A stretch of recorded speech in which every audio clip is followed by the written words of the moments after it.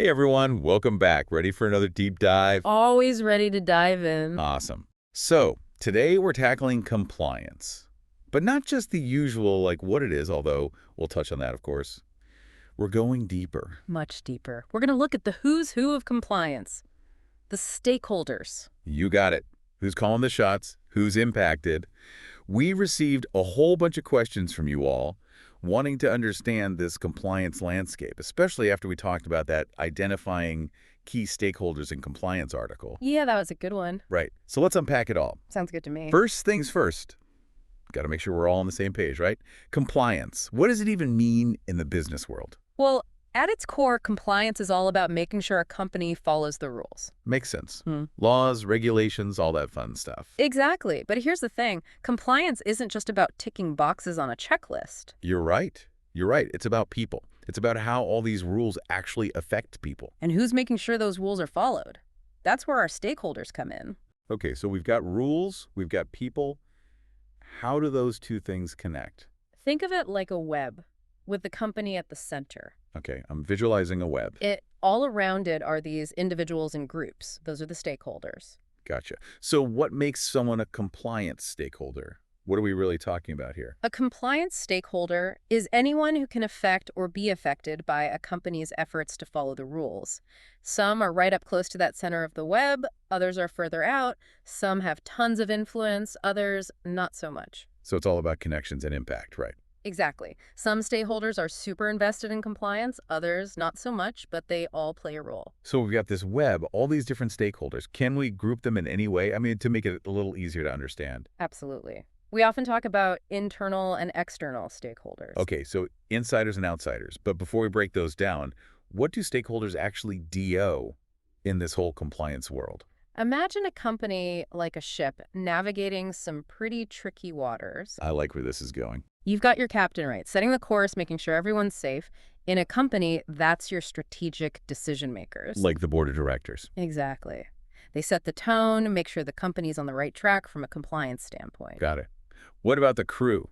Who keeps the ship running smoothly?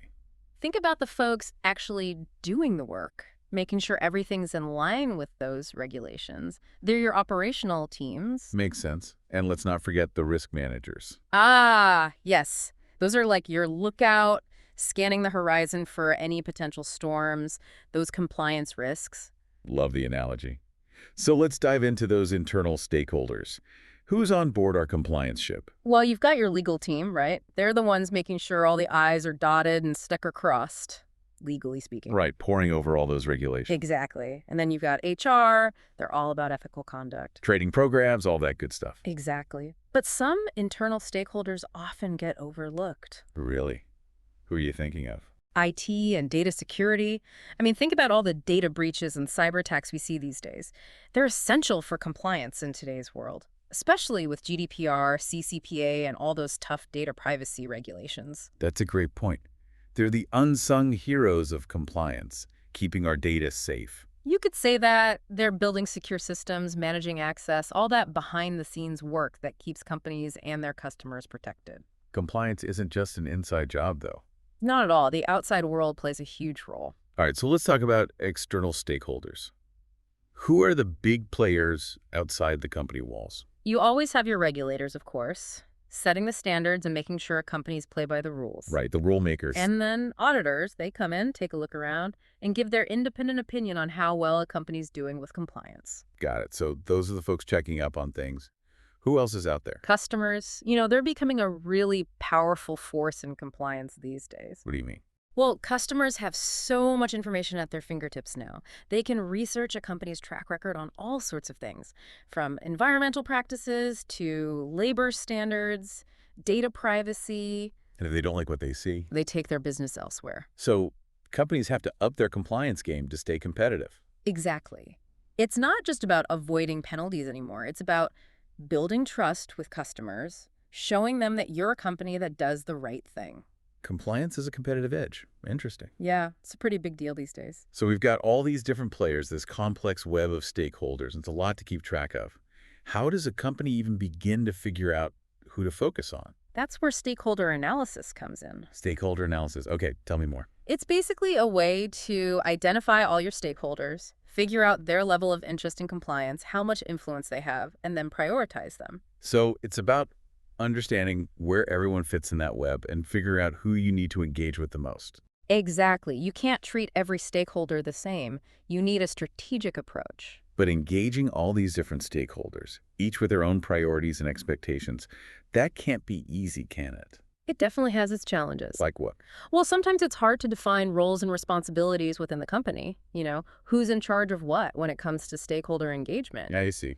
And then there can be resistance to change. New compliance measures, especially if they shake things up a bit, they can meet some pushback. Yeah, people like to stick with what they know. Right. And let's not forget about limited resources. Companies only have so much time, money, and people to dedicate to this. So with all these challenges, are there any best practices to help companies engage effectively with their stakeholders? Communication is key. If you build strong relationships with your stakeholders, you're off to a good start. Regular check-ins, feedback sessions, just keeping those lines of communication open, it goes a long way. Makes sense. Uh, Open communication, that's always a good thing. Absolutely. And don't underestimate the power of teamwork. Getting people from different departments, creating cross-functional teams, it helps break down those silos and build a more unified approach to compliance. So it's not just about one team handling everything, it's about collaboration across the board. Exactly. It's a team effort. Awesome. So we've covered a lot. Who stakeholders are, what they do, how to identify and engage them, even some challenges and best practices. But here's something to think about, and this is for everyone listening. In a world that's constantly changing, who do you think will be the big compliance stakeholders of the future? Ooh, good question. That's a tough one. I think we're going to see a lot more focus on ethical AI. As artificial intelligence keeps growing, there are going to be more and more questions about how to use it responsibly. Yeah, that's a big one. What else? Data privacy in the metaverse, too. It's a whole new world, and figuring out how to protect people's information there, it's going to be a big challenge. It's all so new. Exactly. And, of course, we can't forget ESG, environmental, social, and governance factors. Stakeholders are demanding more transparency and accountability from companies on all these issues. So, yeah, it'll be interesting to see how things evolve. It sure will. The compliance landscape is definitely not getting any simpler. Well, that's all the time we have for today's deep dive. Thanks for joining us. And if you have any burning compliance questions, send them our way. We love hearing from you. Keep those questions coming. See you next time. Bye, everyone.